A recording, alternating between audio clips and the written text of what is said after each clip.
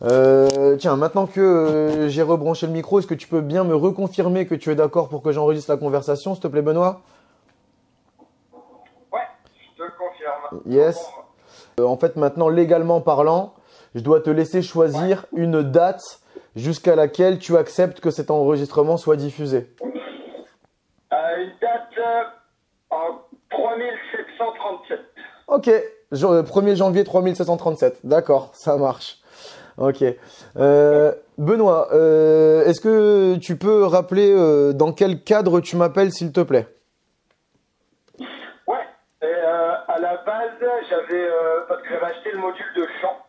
Ouais. Et je t'avais appelé, mais pas du tout par rapport au module de chant, je t'avais appelé par rapport à comment dire ça, à mon rapport avec la pédagogie dans l'animation. C'est ça. Donc je fais juste une petite parenthèse. Le module dont parle Benoît à l'instant, c'est donc il s'appelle la boîte à chant disponible sur la médiathèque Animaré.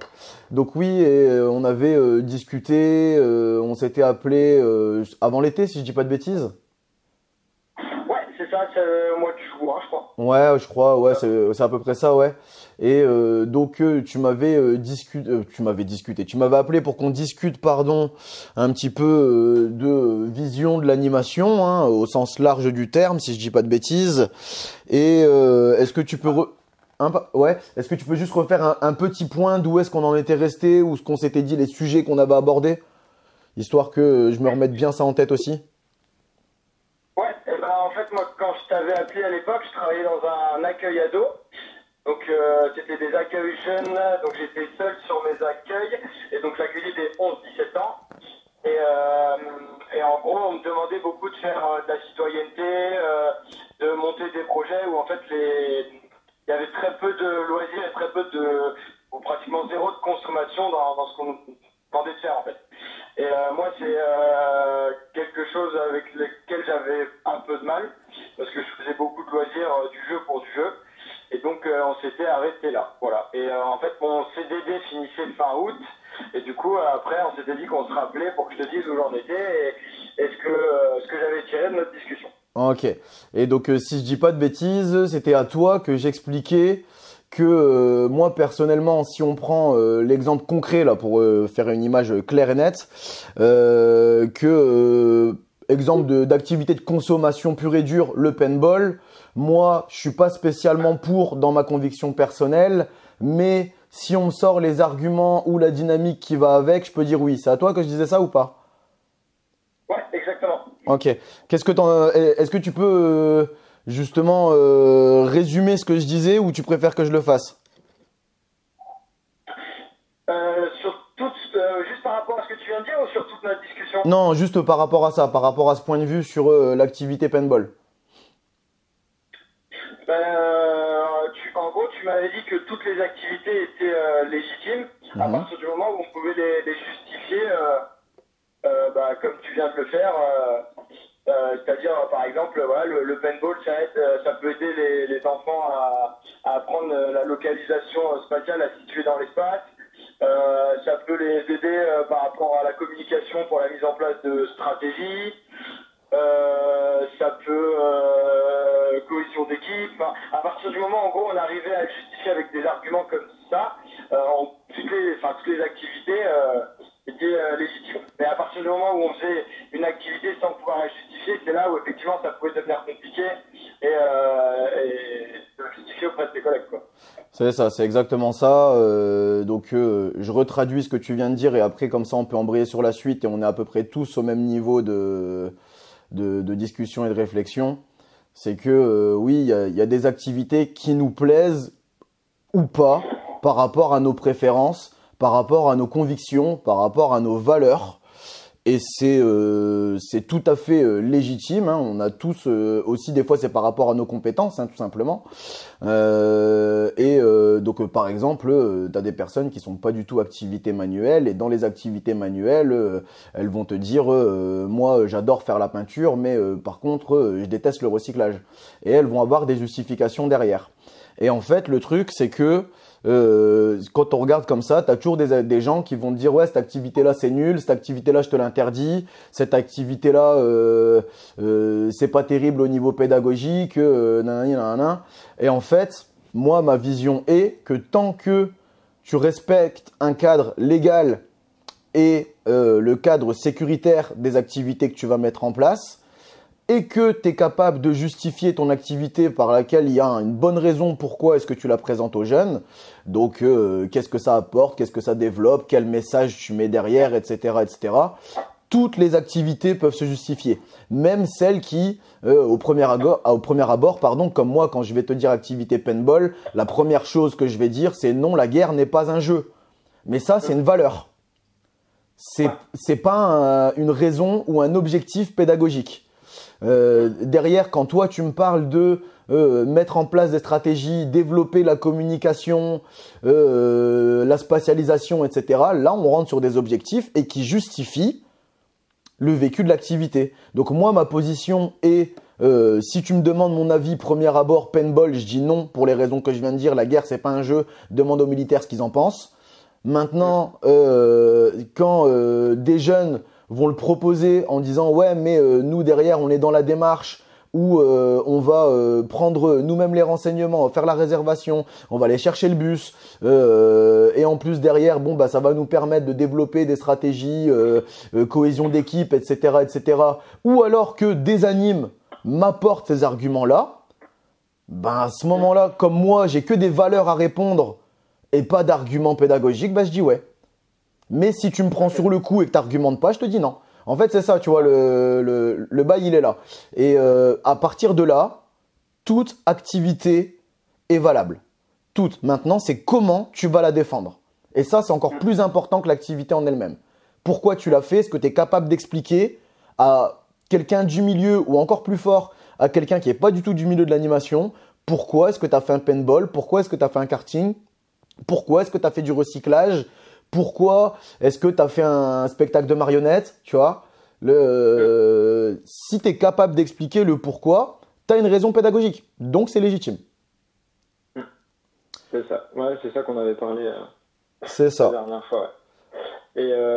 Et du coup, c'est marrant parce que je t'avais aussi parlé que en fait, on m'avait un peu rentré dedans parce que j'avais organisé un séjour, une journée au parc Astérix. Ouais. Et que derrière, pour le même prix, ils avaient fait du graphe à un autre groupe et que c'était passé. Ouais. Et en fait, ce qui était marrant derrière, c'est qu'on nous a fait une grosse réunion en nous disant, voilà, la consommation c'est terminé.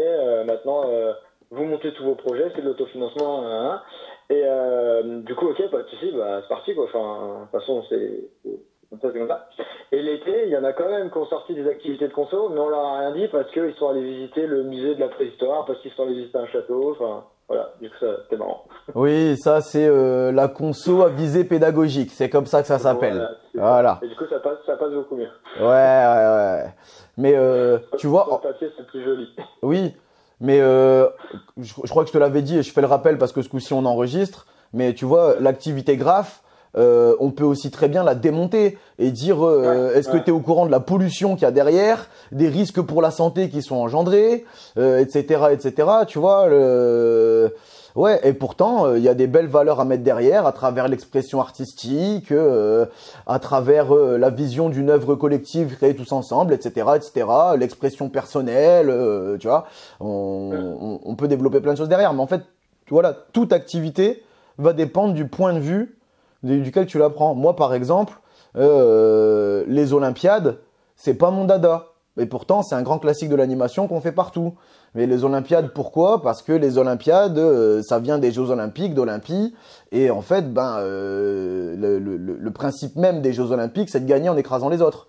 Ou en étant meilleur, mais en écrasant les autres quand même, en affirmant ta domination, tu vois. C'est le message qui est véhiculé derrière. Mais par contre, derrière, j'entends, et c'est pour ça que des fois je les mets en place quand même, et des fois voire je les propose, parce que ça permet aux jeunes de participer à un grand jeu où il y a plein de diverses entrées, et c'est pas forcément toujours les mêmes qui vont se mettre en avant au sein des différentes activités. Ça permet au sein des équipes de créer une cohésion, etc. Il y a des belles choses à voir aussi à travers les Olympiades. C'est moi qui chipote à travers ce que ça veut dire derrière. Bref, donc je pense que là le contexte est clair, tu vois. Donc du coup, ce qu'on se disait, c'est que toi après derrière, tu repartais faire un petit peu ton vécu avec un peu plus de billes et de ressources pour toi défendre ce que tu voulais mettre en place. Et en soi, je répète que la conso, oui, on peut la voir du mauvais œil, mais la conso se défend. Et le premier argument qui fait que la conso se défend, c'est qu'elle remplit des places. Tout simplement. Combien de centres de loisirs, et notamment avec le public ado, ne seraient pas fréquentés s'il n'y avait pas de conso? Là, je fais appel à tous les centres sociaux, les LALP, les CLA, etc. Là, Club Loisirs Ado, enfin bref, tout le monde sait de quoi on parle. S'il y a une console dans le centre, c'est pas pour rien. C'est parce que sinon les ados ils viennent pas. Donc quelque part la conso elle a du sens. Maintenant, tu vois, la conso ça peut être derrière, ça peut être une finalité en soi. Se dire bah voilà, nous on fait de la conso parce que ça marche et que derrière on passe de bons moments et c'est ce que les jeunes y recherchent. Et comme ça peut être vecteur d'autres choses. Moi, je sais que en ce moment, la structure pour laquelle je travaille dans le cadre de mon BPGEPS, dans le centre ado, ils mettent de la conso en place, mais dans le but de véhiculer autre chose derrière. En gros, il y a une console dans le centre, il y en a même 2, il y en a même 3 si tu veux tout savoir, mais derrière, le but, c'est d'attirer les jeunes pour les mettre dans d'autres dynamiques qui sont beaucoup plus dans quelque chose qui va être attrait à le vivre ensemble, la pédagogie collective, la citoyenneté, voire l'éco-citoyenneté, tu vois. Mais on les attire avec la conso. Au moins, ils se disent c'est cool. Enfin bref, donc comme je disais, toi le but c'était que tu repartais un peu plus armé pour défendre tes projets. Et donc, du coup, là, tu as appelé pour faire un petit retour de ton vécu. Et donc, vas-y, je t'écoute, Benoît. Et bien, du coup, suite à ça, moi, ça m'a permis, pas de reprendre confiance, mais si, de légitimer un peu ma pratique. Ouais. Et du coup, j'en ai pas mal parlé avec mes collègues, ma directrice. Et effectivement, comme toi, tu m'avais dit, c'est vrai que des accueils jeunes, il y en a plein. Et c'est pas parce que moi, mes accueils jeunes, là où je bossais, ça fonctionnait comme ça, qu'ailleurs, ça pouvait pas fonctionner autrement. Exactement. Donc voilà, du coup, à la fin de mon contrat, donc j'ai arrêté. Et je suis reparti en périscolaire, pour plusieurs raisons, pour le public déjà. Mmh. Et parce que je suis tombé dans une structure où il y avait beaucoup moins cette connotation citoyenneté, c'était plus dans le loisir, donc plus que je recherchais. Donc moi ça m'a permis en fait de savoir vraiment pourquoi je faisais de l'animation et de déjà faire un tri entre guillemets dans les structures dans lesquelles je pouvais travailler, que ce soit en colo ou sur des structures fixes ou voilà. Okay. Donc voilà.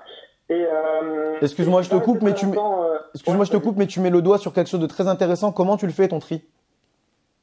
Comment je le fais mon quoi?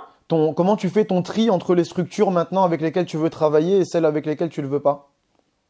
Pendant les entretiens. En fait, soit c'est marqué clairement dans l'annonce ou quand tu vas sur le site, voilà les valeurs pédagogiques, ce qu'ils véhiculent, ou après dans l'entretien, la discussion. Sur le pourquoi on fait ces activités, sur voilà. Mais la plupart du temps, c'est quand même marqué sur le projet pédagogique, sur le site directement. Enfin, ouais. Donc tu confirmes bien le fait que quand tu cherches les renseignements, tu peux savoir à quelle sauce tu vas être mangé. On est d'accord, tu le confirmes? Ouais. D'accord. Ouais. Et on est bien d'accord que tu confirmes aussi que grande est la majorité de ceux qui n'ouvrent même pas un projet pédagogique. On est bien d'accord. Et après, ils se demandent pourquoi je suis pas d'accord avec l'équipe, avec la direction et nanani et nanana. Ah ouais. Ah ouais. Vas-y, excuse-moi, continue. Non, pas de souci. J'ai fait aussi partie de ces personnes qui n'ouvraient pas les projets pédagogiques. On est tous passés par là. Il y a deux trucs aussi. Je trouve que pour avoir fait pas mal de séjours, après ça reste c'est sur mon vécu par rapport au séjour. Il y a beaucoup de projets pédagogiques où au final on retrouve beaucoup les mêmes choses. C'est pas du vent, mais c'est tout le temps les mêmes trucs et c'est un peu du bateau et c'est vrai que des fois ça donne pas envie de les lire quoi. Bah oui, mais ça c'est parce que c'est la facilité. C'est complètement. T'en as produit un qui a été validé et du coup derrière tu te dis bah celui-là a été validé, pourquoi est-ce que je vais me casser la tête? Parce qu'il faut dire ce qui est, faire un écrit, notamment un projet pédagogique, dès que tu le prends de manière sérieuse, c'est pas une chose anodine, c'est pas une chose facile, c'est pas une montagne insurmontable. mais il faut le faire sérieusement, ça prend du temps.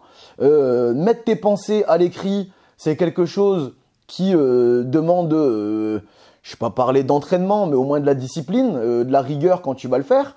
Parce que si tu te donnes pas des créneaux pour le faire sérieusement, où tu es au calme et tout, t'avanceras jamais et t'arriveras jamais à rien. Et donc très nombreux sont ceux que soit ils ont fait un premier jet et ils disent c'est bon, à chaque fois je refais valider comme ça et on se prend pas la tête, ou soit sont ceux qui carrément piquent ceux des autres et ils se prennent pas la tête. Ils changent 2-3 détails pour dire voilà, je fais un copier-coller. Voilà. Et là encore une fois, des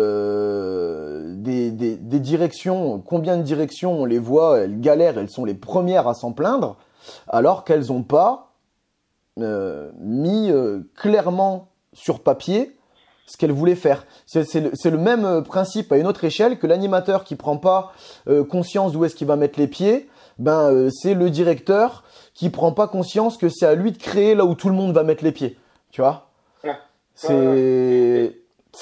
Après, je trouve que avant d'aller jusqu'au projet pédagogique, rien que quand tu fais un entretien avec un directeur, tu ressens plus ou moins les choses qu'il veut mettre en place. Tu ressens si vraiment il va y avoir des trucs forts qu'il veut mettre en place. Bien sûr. Ou si, c'est pas méchant, mais s'il n'y a pas vraiment de choses qui vont ressortir plus que d'autres, et du coup tu le ressens juste derrière dans le projet pédagogique. Mais bien sûr, à l'entretien, il y a deux choses qui sont très claires. Dès que tu parles activité, quand tu es dans la position de l'anime, si tu as quelqu'un qui te demande, qui te tourne vers le comment tu vas faire la qualité de ton activité, tu sais que c'est quelqu'un qui a pas de problème avec le loisir conso.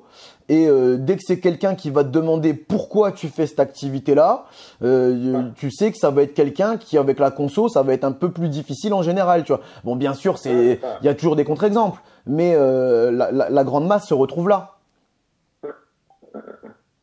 Donc tout ça pour dire comment je fais montrer et qu'effectivement c'est mieux d'ouvrir les projets pédagogiques avant de dire oui pour un employeur.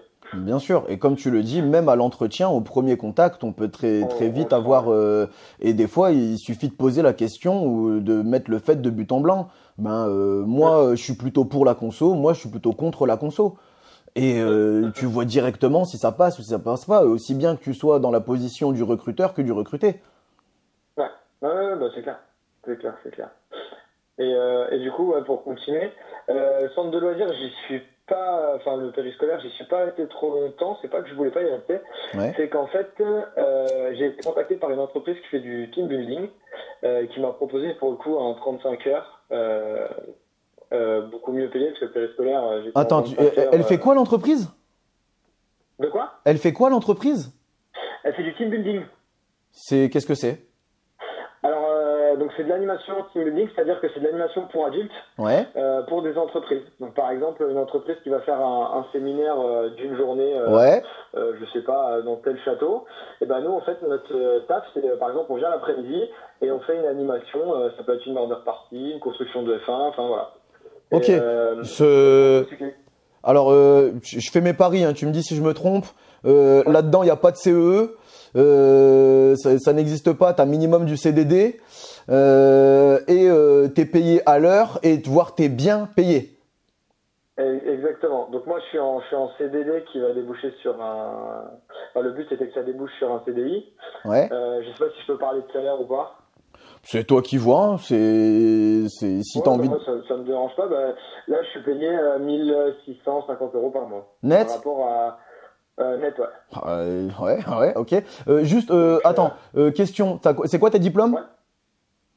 Moi, j'ai le BAFA et la licence de STAPS. Ok, un BAFA, une licence STAPS. Ok, donc t'as quand même une reconnaissance pro. Ouais. Après, je pense. J'ai été recruté par rapport à mon expérience surtout, plus que mes diplômes. Ok, c'est ce que j'allais te demander, si ça a compté ou pas pour le recrutement. Ok.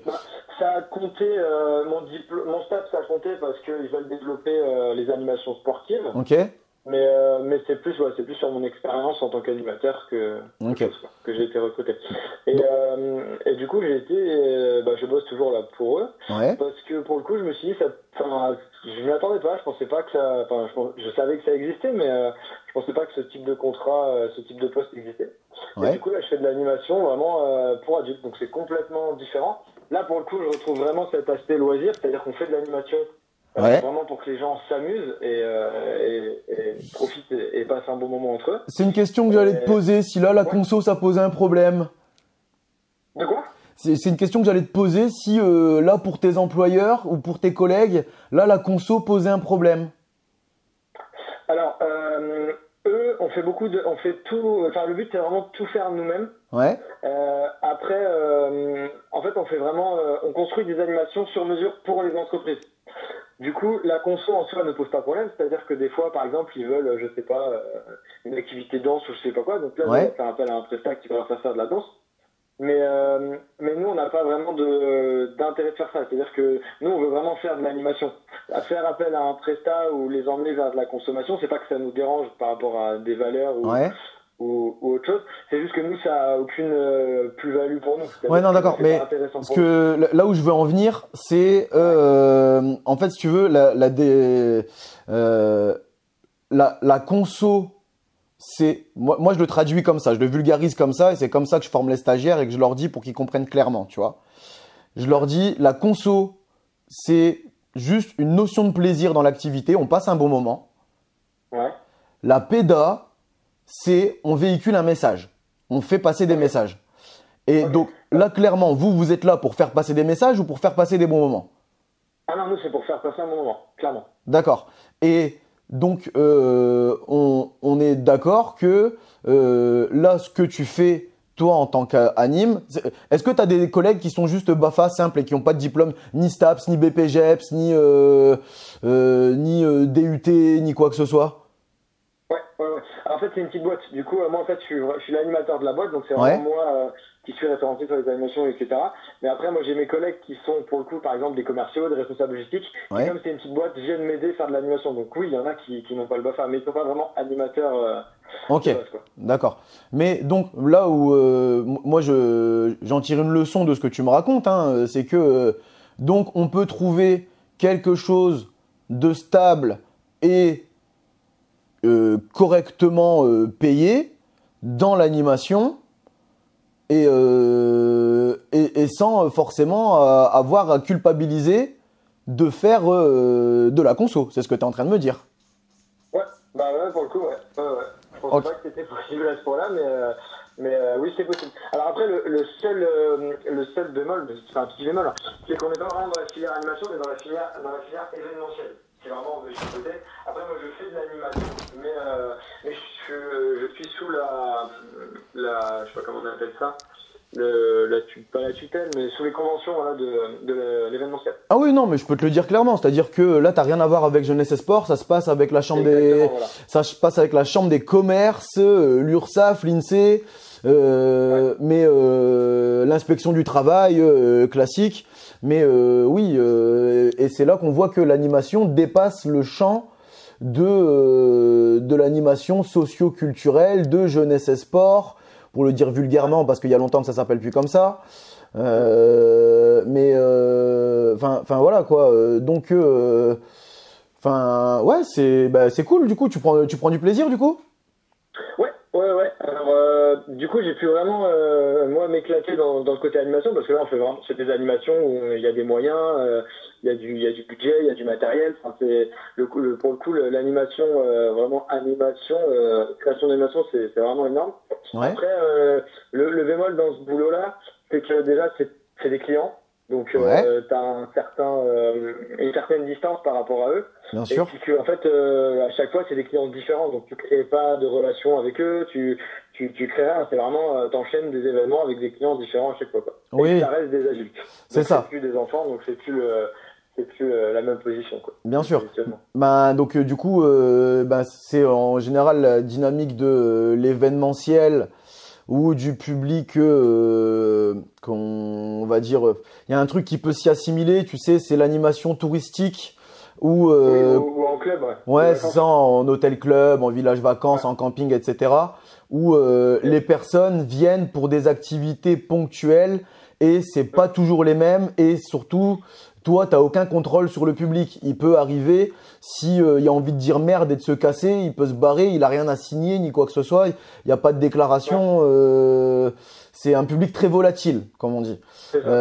Et donc, en général, face à ce genre de public-là, en plus, t'as des adultes.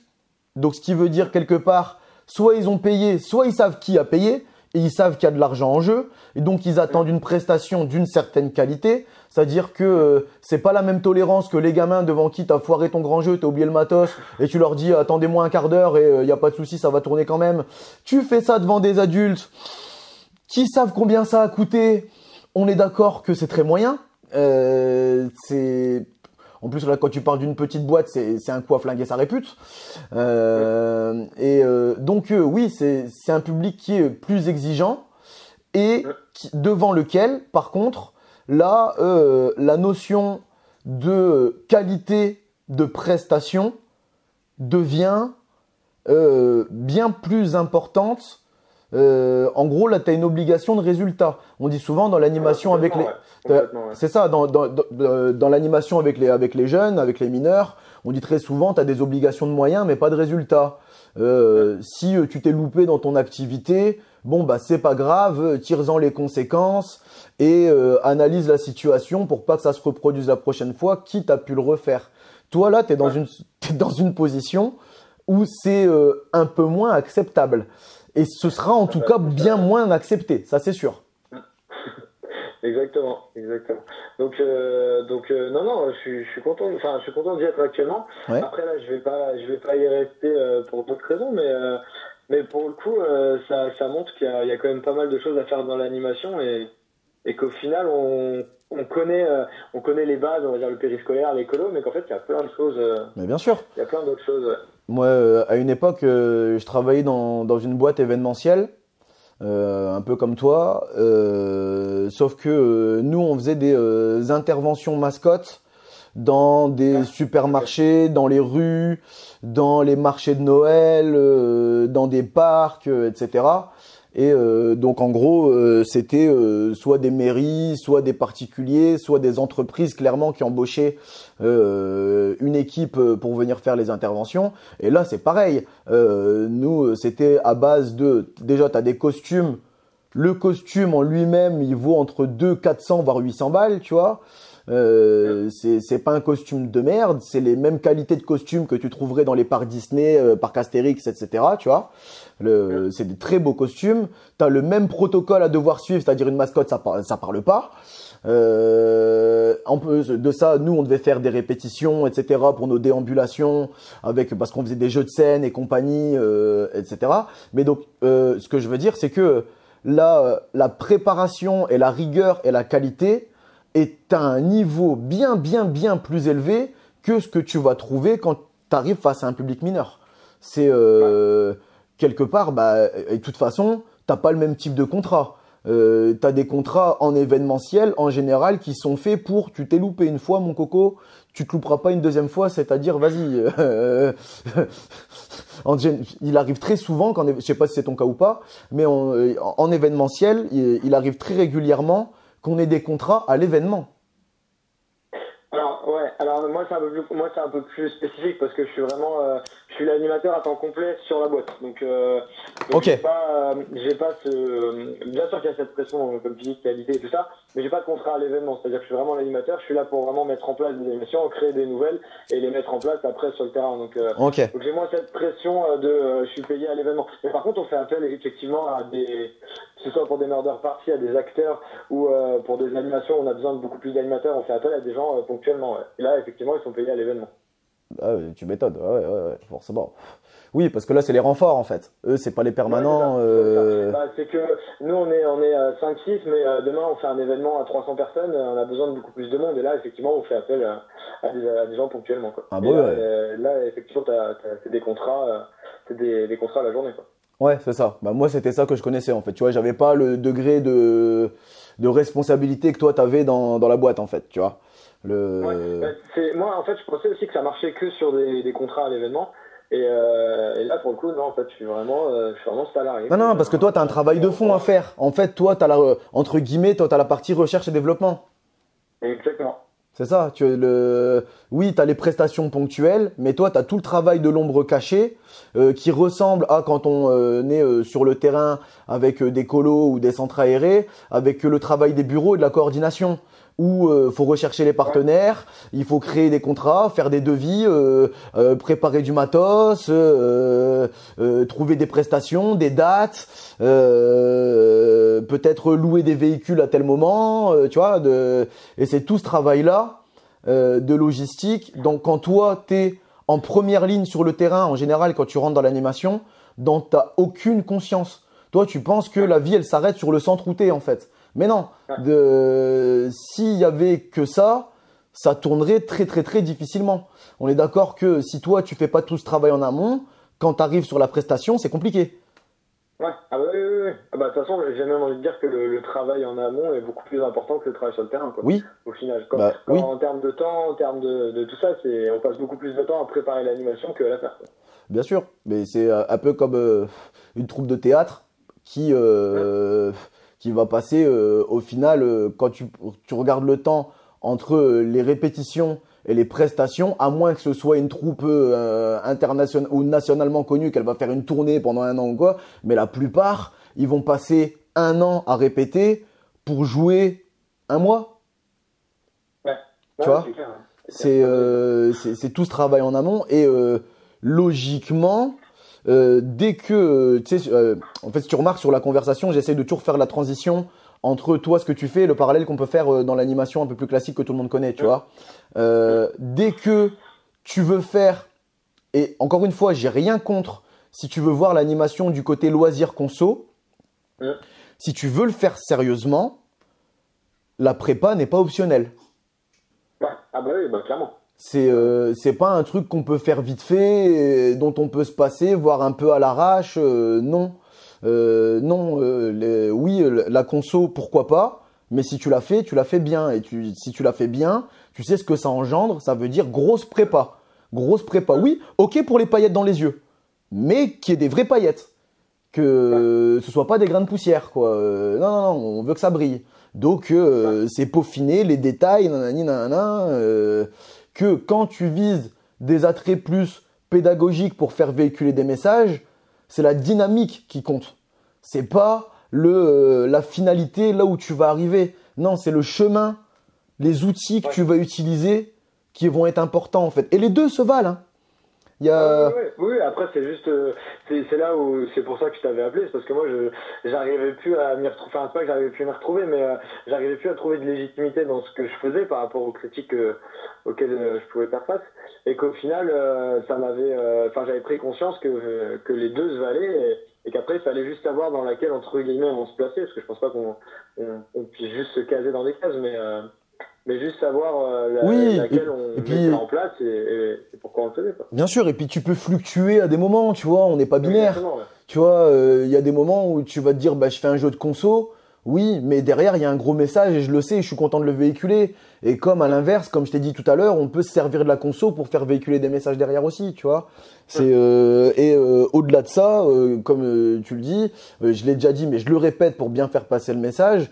Une fois que toi, tu as identifié comment tu voulais travailler, derrière, c'est donne-toi les moyens et les conditions pour travailler dans ce qui te convient, en fait. D'où la phase de je recherche où est-ce que je vais mettre les pieds. Et oui, c'est sûr que quand toi, t'es à fond éduc pop, que t'as des messages à faire passer, que tu te sens investi d'une mission, encore une fois, ce que je reproche à personne, parce que moi aussi je suis passé par là, comme je suis passé par la phase conso et paillettes dans les yeux, et que tu te retrouves face à une équipe qui veut juste des activités au carré et le message, on s'en bat les couilles, ben c'est compliqué. Tu te sens pas bien, mais au lieu de te torturer l'esprit, va voir ailleurs. Va voir ailleurs, il y a plein de structures différentes et comme tu l'as dit, là maintenant, toi tu trouves plaisir dans une structure où on n'est même plus dans le cadre de l'animation jeunesse et sport. Mais on est toujours dans l'animation. T'as toujours ta phase où tu vas encadrer un groupe et tu vois, même moi là-dedans, dans l'animation événementielle comme tu la vois, j'y vois toujours les 3 grandes facettes de l'animation. Le activité, vie quotidienne et vie collective. On les retrouve toujours à un moment ou à l'autre parce que quand toi, tu fais ton événementiel, je me doute que il y a un moment où tu fais un petit peu de convivialité, il y a peut-être un petit pot, des petites boissons, des petites collations, on va manger un petit truc tous ensemble. Ben là, à ce moment-là, tu rentres dans un instant de bicote parce que tu mènes ce temps-là. C'est toi qui le gères. C'est toi qui décides à quel moment, comment est-ce qu'on va faire, est-ce que tout le monde se sert, est-ce que c'est moi qui sers les gens, est-ce qu'on fait un système où on dit aux gens ramenez vos trucs, tu vois, mais c'est toi qui mènes ce truc-là. Donc tu rentres encore une fois dans un aspect vie quotidienne. Quand tu vas gérer l'ambiance du groupe, parce que même si tu fais de la conso, que tu t'en bats les couilles des messages, t'es pas d'accord ou tu vas éviter ou tu vas faire en sorte que tout le monde passe un bon moment et que les gens ils commencent pas à se crêper le chignon, à se tirer les cheveux, à se clasher, à s'insulter, etc., voire à se taper dessus. On est d'accord. Donc, à ce moment-là, tu gères la vie collective. Et donc, quand tu fais de l'activité, de la vie quotidienne et de la vie collective en même temps, et que tu mènes tout ça et que tu prépares, tu fais de l'animation. Rien d'autre. Ah oui, non, là-dessus, on est complètement d'accord. On est complètement d'accord. Et du coup, je me permets d'enchaîner. Vas-y, vas-y.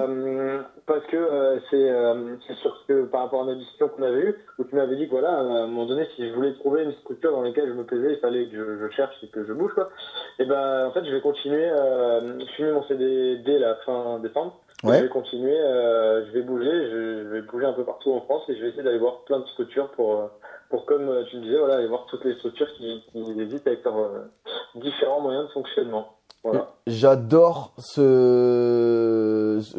philosophie que tu as. Moi, c'est bon, en même temps, j'adore. C'est facile enfin, comment dire, je prêche pour mon église parce que c'est ce que j'ai fait, tu vois. Mais en fait, mais c'est même pas moi qui ai inventé ce concept-là. Moi, je m'appuie sur les concepts de Sijo Bruce Lee. Je sais pas si tu as vu les vidéos dans lesquelles je parle de ça, tu vois, où pour moi, c'est un maître pédagogique aussi, où en fait, si tu veux vraiment être bon et pouvoir t'adapter à toutes les situations, il ne faut pas t'enfermer dans une seule vision de ta discipline. Il faut aller voir toutes les visions et même celles que t'aimes pas. Et parce que dans même celles que t'aimes pas, il y aura au moins une chose où tu pourras te dire soit ça, je confirme que je veux pas le faire, ou soit ben ça en fait c'est pas si mal. Je sais peut-être que comme ça, pas brut, soit je le reprends brut direct, ou soit je le réadapte, mais l'idée est pas mauvaise en fait, tu vois. Et c'est comme ça, parce qu'en fait le problème c'est que nous dans l'animation on travaille avec l'humain, face à l'humain, et avec l'humain les potentialités sont infinies devant nous. Il peut t'arriver tout et n'importe quoi comme réaction, comme action. Tu peux avoir tout et n'importe quoi. Et le seul moyen d'apprendre à réagir et à contrôler toutes ces situations, parce que n'importe quel animateur, on va pas se mentir, hein, même target ses belles valeurs d'horizontalité, de vivre ensemble, d'éduc pop et tout ce que tu veux, il y a un moment, si l'animateur il contrôle pas la situation, qu'est-ce qu'il fout là? Tu vois? Eh ben, il faut passer par plein de visions différentes qui t'amèneront à pouvoir proposer plein de solutions différentes. Et si ça se trouve... Et puis à trouver le truc au final qui nous plaît et dans lequel on se sent bien. Ben, c'est ça. Que si ça se trouve, ce qui te plaira, c'est un des trucs bien particuliers que tu auras rencontré. Comme ça se trouve là, la boîte où tu étais et tu te diras, bah, en fait, c'est là-dedans que je veux revenir. Peut-être même dans la même boîte. C'est jamais, si l'opportunité est toujours possible. Comme ça se trouve, tu vas te dire, non, en fait, rien à voir. Tu peux avoir une révélation. Je fais un exemple hyper mégalo, mais c'est juste pour qu'il soit parlant. Tu fais une colo avec moi et tu te dis, mais en fait, la conso, plus jamais, je veux plus faire que du message péda. Possible, hein, tu vois, t'en sais rien. Comme ça se trouve, tu vas te dire, bah, je vais essayer de mixer le tout, tu vois. Mais ça, tu peux le savoir que en allant varier, tu vois. Mais en fait, tu vois, moi je remarque un truc, tu vois, c'est que quand je discute avec toi, je sens un esprit bien structuré, une fluidité dans l'élocution, ça se perd pas dans la fluidité même quand on fait des digressions, tu vois. Donc honnêtement, je pense que tu as un cerveau bien droit et qui marche bien correctement, tu vois. Et le truc, c'est que on reconnaît, enfin, moi en tout cas, je suis adepte de cette philosophie-là, où on reconnaît l'intelligence à la capacité d'adaptation. Et la capacité d'adaptation, ça passe par où? Ça passe par la diversité des connaissances. C'est pas rien d'autre. Voilà. Et de toute façon, moi, je suis le premier à le dire. Hein. Tu vois, je suis droit dans mes bottes, que je te dis mégalo et tout ce que tu veux. Sur Animaré, je l'ai dit, moi, je veux pas parler à tout le monde. Je veux parler aux personnes qui ont le plus haut degré de vision et qui comprennent bien les enjeux de ce qu'elles sont en train de faire avec le public, tu vois. Qu'elles soient pour ou contre les messages que moi je véhicule, mais tu vois, toi, t'en es l'exemple parfait. Moi, je suis un peu pour un globi-boulga de tout, mais toi, t'es convaincu du loisir et de la conso. Et c'est très bien, et tu le défends. Et tu le défends avec une intelligence qui est propre, tu vois. Tu le défends pas avec parce qu'on fait comme ça, et c'est mieux comme ça, et puis point barre. Ouais. Parce que je sais aussi que, moi, je sais que j'ai besoin de me remettre en cause dans ce que je fais, et je pense pas prêcher la vérité. Je prêche, moi, mes valeurs, mais c'est pas pour ça que c'est ce qu'il faut faire et ce qui est mieux, quoi. Ouais. Mais tu sais, tu vois, en fait, moi, ce que je veux dire, c'est que dès le début de nos conversations, j'avais compris tout de suite que tu te poses des questions sur tes pratiques. Tu te poses des questions sur toi, tes pratiques en elles-mêmes, ce que tu apportes et aussi ta légitimité, le regard qu'on porte dessus et compagnie, tu vois. Mais tu sais, on est une minorité à penser comme ça. Hein. Ah ouais? Ah ben bien sûr. La plupart, c'est ça fonctionne, ça marche, pourquoi je dois réfléchir? Ça fonctionne, ça marche. Ouais. Mais pourtant, comme tu disais, on travaille avec des humains. Et je pense que s'il y a bien un truc qui n'est pas binaire, dans le sens où voilà, ça fonctionne, ça marche, c'est bien l'humain, quoi. Ça marche pas comme ça, quoi. Donc oui. on est obligé justement de voir plein de choses, comme tu disais, de voir plein de situations pour pouvoir s'adapter à tout, quoi. Donc c'est ça qui est fou, quoi. Je pense que on peut pas avoir un protocole de façon de fonctionner dans l'animation, quoi. Oui, mais bon. C'est très réducteur, quoi. Ouais. Bon, tu vois, là, ce que je vais te dire, je sais que avec ça, je me mets 80% de la masse à dos, tu vois, avec les mots qui vont suivre. Mais c'est pas grave. Là, je sais qu'au point où on en est dans l'enregistrement, il restera que les personnes les plus, et je peux le dire ouvertement droit dans mes bottes, les plus intelligentes et celles qui auront réussi à tenir la conversation qu'on a jusqu'au bout. Donc, c'est-à-dire que, entre guillemets, les 90 de QI, il y a longtemps, les QI à deux chiffres, il y a longtemps qu'ils ont quitté, là, tu vois. Mais j'ai pas besoin de te poser la question pour savoir que t'as un QI à 3 chiffres. Ça se sent quand tu parles, tu vois. Mais en fait, exactement pour les mêmes raisons que ce que je suis en train de te dire, on est une minorité de personnes qui ont un QI à 3 chiffres. Déjà, on est une minorité de personnes qui ont un QI à 3 chiffres et on est une minorité encore plus à être un QI au-dessus de 120, tu vois. Et du coup, comment dire, il est normal dans l'animation qui n'est rien d'autre que le reflet de l'humanité, parce qu'on travaille avec les humains, que la majorité ne se pose pas les questions que des personnes comme toi et moi se posent. Et les personnes qui suivent mes contenus. Tu vois? C'est pas pour rien que ma chaîne, elle décolle pas, qu'il y a une minorité de personnes derrière. Mais par contre, ce qu'il y a, c'est que les personnes qui me suivent sont des personnes qui me suivent au long terme. Tu vois, parce qu'on se comprend et que j'ai un discours que je peux comprendre et enfin qu'ils peuvent comprendre. Et tu vois, comment dire, moi, là, j'ai l'impression de discuter sur un pied d'égalité avec toi. Tu vois, je sais pas si tu le ressens aussi. En tout cas, moi, c'est la vision que j'ai. Tu vois, bien sûr, je te transmets des choses, tu m'appelles pour ça, mais en tout cas, si on est sur une partie d'échecs, tu vois, je me dis pas je vais te bouffer. Tu vois, mais la plupart des gens que tu vas rencontrer et donc dans l'animation, mais 80% des gens ont des QI à deux chiffres. Donc 80% des gens ne remettent jamais en question, même dans leur vie perso, leur pratique, dans n'importe quel taf. Pourquoi je fais ce taf? Est-ce qu'il a un sens? Qu'est-ce qu'il m'apporte dans la vie? Qu'est-ce qu'il apporte aux autres? Mais pose la question autour de toi. Pose la question autour de toi et tu verras qui sont ceux qui se posent vraiment cette question-là et ceux qui vont te dire mais tu te poses trop de questions ou jamais de la vie je me la pose ou quoi? Tu vois, et, et, et moi, mon combat, tu vois, dans l'animation, est de parler à ces personnes-là, parce qu'au final, quand elles s'investissent dans l'animation, elles apportent des choses à un niveau, c'est limite si on, ça fait pas plaisir à faire parce que c'est dur et c'est compliqué, mais le niveau est que quand il le faut, on peut remplacer une équipe. Ça veut pas dire qu'on va bien faire et que tout va être parfait, mais on va assumer. Tu vois? Et on se donne pour le public, c'est notre intérêt supérieur, et c'est tout ce qui compte. Toi, c'est ton intérêt supérieur, c'est qu'ils passent un bon moment. Moi, mon intérêt supérieur, c'est qu'ils comprennent des choses. Mais on a quand même le public en intérêt supérieur, tu vois. On n'a pas. De toute façon, je pense que c'est ce qu'il faut mettre en évidence dans tous les cas, c'est que on est là pour le public. Quoi qu'on veuille faire passer, comme tu dis, que ce soit de la conso ou un message, je sais pas quoi, on fait ça pour le public. Oui, mais je te repose la question. Réfléchis à tous les animes que tu as connus et combien sont là prioritairement pour eux-mêmes.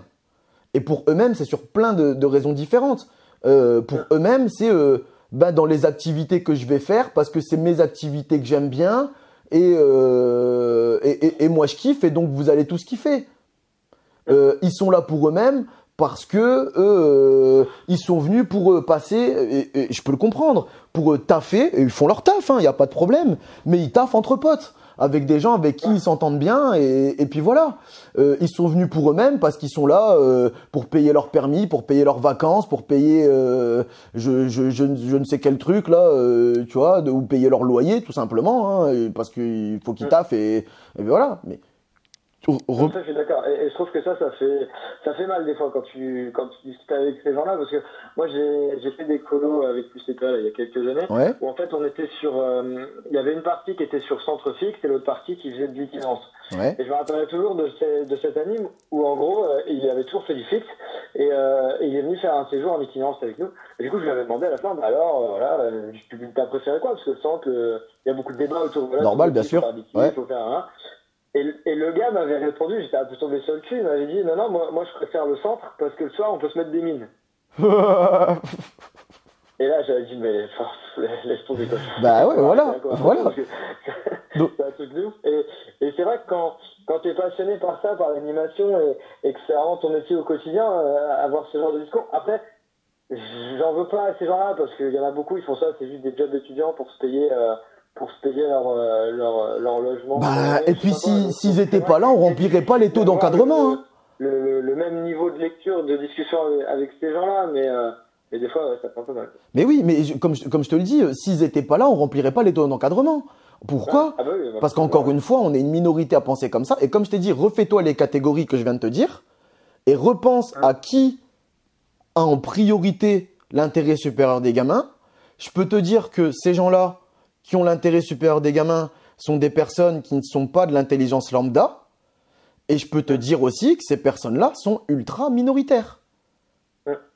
Et le plus gros drame de l'animation, c'est que la grande majorité de ces gens-là, qui ont l'intérêt supérieur des gamins en vision, comme ce sont des personnes, pour la plupart du temps, pas bêtes, à minima pas bêtes, donc c'est-à-dire qu'elles voient les dynamiques, elles voient les choses qui se passent, et la plupart du temps, elles finissent par quitter l'animation, non pas par dégoût du public, mais par dégoût des collègues.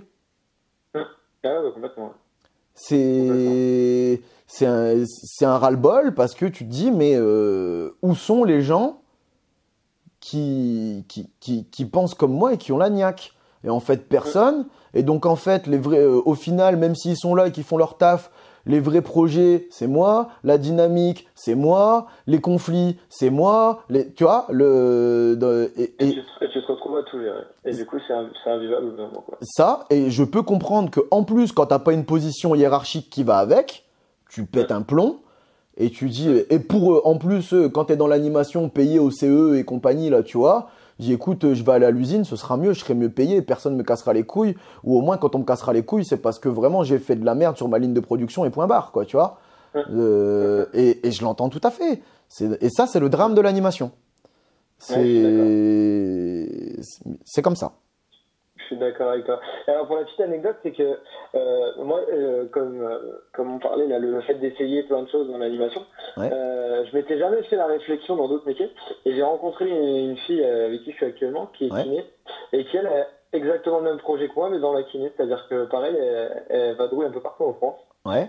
pour découvrir plein de façons de faire de la kiné. Et du coup, je trouve ça génial en fait qu'on on fasse pas que ça dans l'animation. Et c'est vrai que là, tu reconnais vraiment les gens qui sont passionnés par ce qu'ils font, quoi. Elle fait pas de la kiné juste pour faire de la kiné et toucher, je sais pas combien à la fin du mois, quoi. Mais bien sûr. Elle a vraiment une passion pour la kiné et un réel intérêt du patient et de l'aider dans sa rééducation, quoi. Ouais, c'est ça. Enfin, moi, ce que je comprends dans ce que tu dis, c'est son objectif, c'est que l'autre aille mieux. C'est pas de prendre sa paye. Et donc, pour que l'autre aille mieux, elle essaye d'en savoir le plus possible. C'est ça. Mais tu vois, il y a un truc, tu vois, tout à l'heure, je te parlais de Bruce Lee. Il y a un autre parallèle qu'on peut faire et qui est, pour moi, très marquant aussi. Tu connais les Compagnons du Devoir? Ouais. En ébénisterie, en maçonnerie, en ce que tu veux, là, tu vois, dans les métiers manuels. Ben, ces gens-là, c'est exactement ce qu'ils font. Pendant Ils font un an ou je sais plus combien. Ouais, pendant une période donnée, j'ai pas le chiffre exact, mais ils vont voir plein de maîtres différents dans différentes régions de la France pour apprendre toutes les techniques différentes dans un seul but, c'est pour après eux dans leur taf être capables de s'adapter à n'importe quelle situation. Et quand toi tu tombes sur un ouvrier qui est certifié compagnon du devoir, bon, tu sais que le mec normalement, non seulement il fait tout ce que tu lui demandes, même tes rêves les plus fous, et en plus de ça, ce sera bien fait. S'il y a une galère, il va gérer. Bon, après, la contrepartie, c'est que ce sera pas le même tarif que le mec du coin de la rue ou que tu auras trouvé sur les trucs, les pubs là où ils disent d'y aller les yeux fermés, là, tu vois.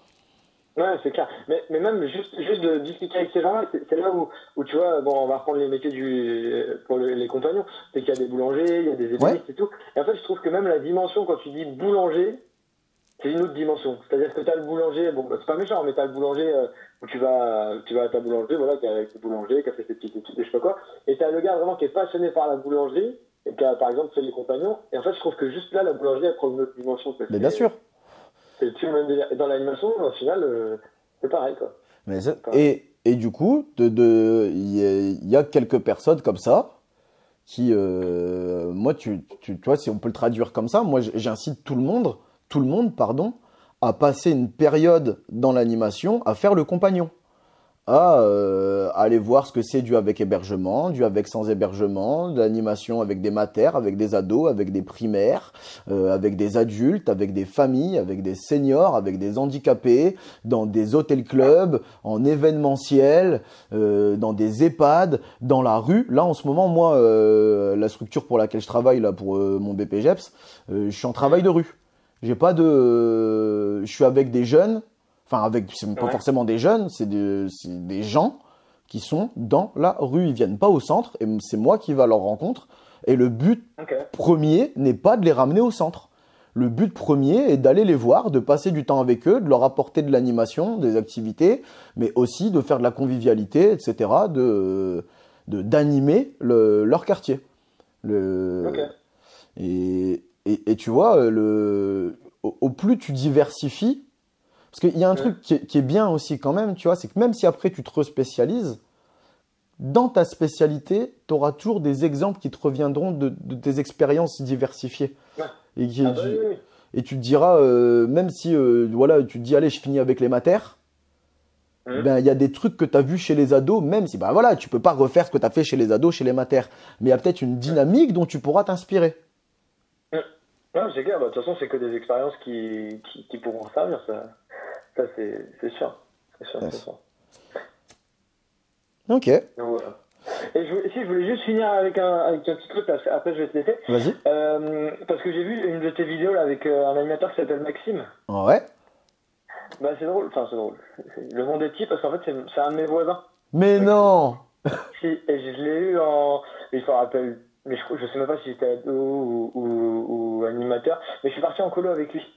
quand j'étais jeune. Et il habite à 3 rues, enfin à 3 maisons de chez moi. Sa maman, elle est pote avec ma maman. Enfin voilà. Et j'ai hésité quand je l'ai vu, j'ai dit mais c'est pas possible. Le monde est trop et c'est petit. bien Maxime. Ouais. Et du coup, il a revu mes parents la dernière fois là, et puis il m'a dit ah, moi depuis que je travaille avec l'ex, je veux plus travailler ailleurs. Enfin. D'accord, ok. Oui, ça je savais, il m'avait dit, ouais, mais ok, mais putain, ouais, bah écoute, le monde est très petit, bah si tu le vois, t'as des nouvelles avant lui, tu lui passeras un grand bonjour. Ouais, ça marche pas, je le croise plus beaucoup là, mais ouais. Ouais. Ok, d'accord. Et moi j'ai juste une petite question pour toi. Ouais, Donc dis-moi. du coup là, tu disais que tu comptes quitter ton contrat là en décembre, si je dis pas de bêtises, ce que t'as dit. Ouais, bah en fait, je finis, mon CDD finit fin décembre. Ouais. Et derrière, ça aurait pu déboucher sur un CDI, mais ça ne débouchera pas parce que voilà, j'ai Ouais. pas envie, comme je te disais. Ouais. Donc, Après, ouais, ça c'est toi que ça regarde, hein. Le pour et le contre, moi je te dis pas ce que t'as à faire, c'est toi qui vois, hein. ouais. Y a pas de souci, hein. Et du coup, ouais, là en fait, ma question justement c'est pour toi par rapport à l'avenir. Tu as déjà une idée de vers quoi tu comptes te réorienter? Ou t'as déjà des plans, t'as déjà des pistes, ou tu pars au hasard, tu te dis j'ai déjà réussi à trouver mon bonheur, je le retrouverai. Non, non, j'ai des plans. Bah là, je vais repartir au mois de janvier, je vais refaire des classes découvertes. Ouais, Après, je vais sortir un peu de l'animation pendant 2 mois, je vais faire une saison au ski. ouais, Voilà, je sais pas encore exactement en tant que quoi, mais ce sera pas dans l'animation. ok. Parce que c'est aussi, j'ai envie de découvrir aussi d'autres choses. Bah ouais, puis les Et, coupures ça fait du bien aussi. et après, je referai de l'animation, je pense, jusqu'à fin août. Et l'année prochaine, dans un petit coin de ma tête, j'aimerais bien passer un BPGEPS. Voilà, Ok, parce pour en avoir parlé avec mon ancienne directrice, ouais. elle m'a dit qu'il était beaucoup question de pédagogie, justement, d'échange autour de toutes ces valeurs et tout ça. Donc je me dis que c'est peut-être le bon moment pour le passer, quoi. Ben écoute, Pour pas forcément pour le diplôme, même si forcément ça me fait un ouais, diplôme, mais plus pour les échanges qui vont et tout ce ouais. que ça va pouvoir m'apporter, quoi. Bah carrément, oui, parce que je pense que toi t'as pas besoin du diplôme pour le taf, tu vois. Bah, je vais en avoir besoin si je veux faire de la direction. Donc Ok, pour plus tard, d'accord. ça me servira, Oui, mais et sinon, non, non, oui, Et ce effectivement. ce qui est bien avec le BPGEP, c'est que le diplôme de direction qui va avec quand tu passes une unité de direction, il est valable à vie, contrairement au BAFD que tu dois renouveler tous les 5 ans. Mais bon, c'est pas le même diplôme, quoi. C'est pas du tout la même chose. Moi, ce que je peux te dire par rapport à ça, mais je peux t'en parler parce que c'est ce que je fais en ce moment là, le BPGEPS. Ben, en fait, c'est une formation accessible à la plupart des personnes à partir du moment où tu t'en donnes les moyens. Je parle dans ses contenus, hein. Je parle pas pour y rentrer. Ça, je te le dis juste après. Ouais. Voilà, il y a des écrits à faire quand même. En tout, t'as quand même 20. Selon, ouais, t'as un minimum d'entre 50 et 60 pages à faire sur plusieurs dossiers, tu vois, sur 3 dossiers différents. Donc, faut quand même les rédiger, quoi. Si pour les personnes pour qui ça c'est vraiment vraiment compliqué, bon, je m'inquiète même pas pour toi à ce niveau-là. Et après, justement, ce qui est bien avec le BP et qui moi me sert énormément là, tu vois, pourtant que j'avais quand même une sacrée expérience, hein, non négligeable, c'est que là clairement, ça m'a appris à structurer ma pensée, à la cadrer. Et bon, j'ai pas encore fini la formation, tu vois, mais j'ai compris la dynamique qui se cachait derrière. Et c'est ça, en fait, c'est, tu sais, pour faire un exemple simple, je fais une image, tu vois, une métaphore. Le BAFA, quand il travaille, il va avoir un bureau, c'est un peu le fouillon, tu vois.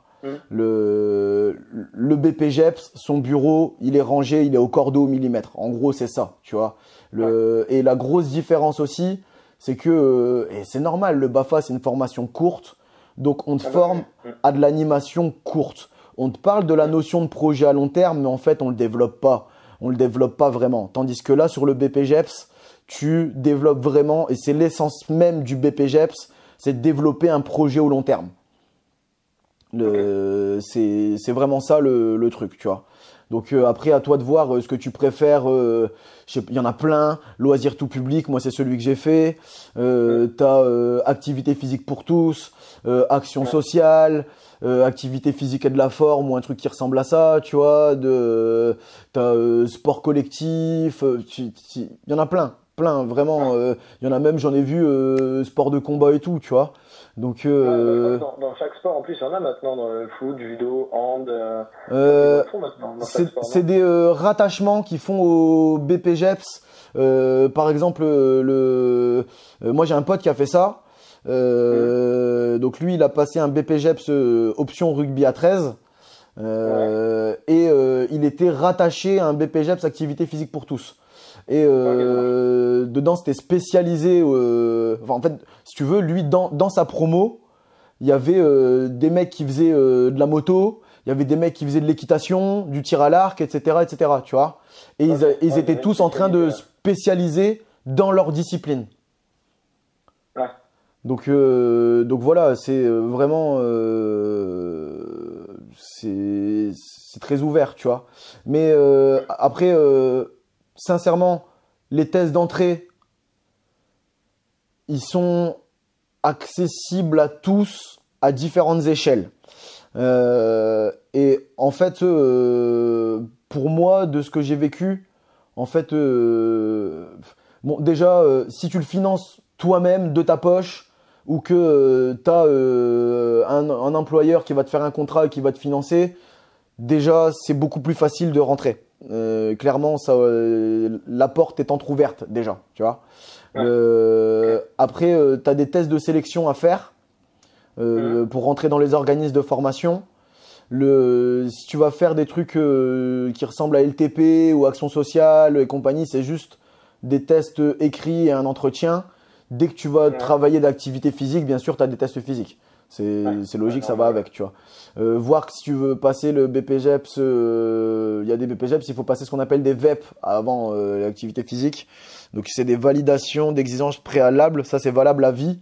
Et en gros, c'est un mini diplôme qui te donne le droit de postuler à ces BPGEPS. Ok. Et après, voilà, donc je te dis, tu peux soit le payer de ta poche, soit trouver un financeur. Donc une structure, une entreprise, une asso qui va te le payer, qui va te rémunérer. Ou alors tu peux faire ce que moi j'ai fait, mais ça c'est le plus dur à avoir. Moi j'ai dû tenter 4 fois avant d'être pris. C'est les places régions, où c'est la région. C'est la région qui te le finance. C'est ça, parce qu'un BPGEP c'est entre 6 et 8 000 euros selon la spécialité. Donc si tu les as, bah tant mieux, mais c'est pas le cas de tout le monde, tu vois. Ou alors même quand tu les as, t'as pas forcément envie de les mettre, tu vois. Et du coup, là en fait il faut être inscrit au Pôle emploi. Donc d'abord tu passes par le Pôle emploi, t'expliques que tu veux passer par un BPGEPS financé par la région. Donc c'est le Pôle emploi qui te dit quels sont les centres de formation qui proposent des places région, à quel moment et quand sont les tests de sélection. En tout cas, moi, c'est comme ça que j'ai fait. Donc, j'ai une palette de centres de formation. Après, tu passes au test. Et pour moi, je te dis, pour l'avoir fait 4 fois, et je l'ai fait sur 2 BPGEPS différents. J'ai fait sur activité physique pour tous et LTP, tu vois. Pour moi, à chaque fois, tout joue à l'entretien.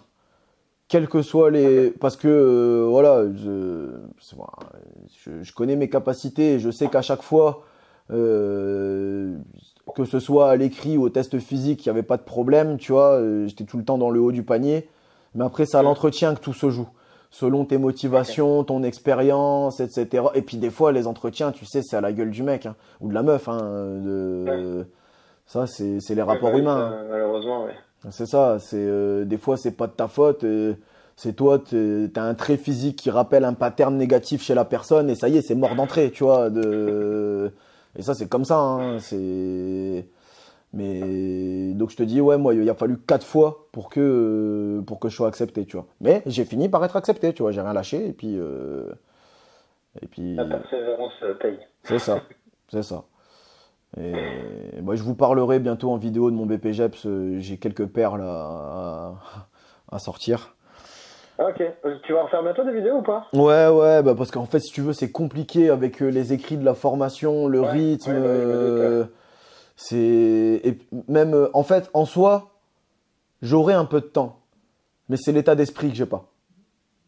Ok. J'ai pas du tout la tête à ça. Je suis pas concentré. Tu vois, ça va pas.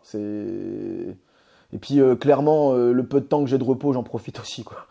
Ouais. Ouais, bah, c'est normal. Voilà, quoi. C'est normal. Mais je vais réapparaître, hein. La formation termine en avril.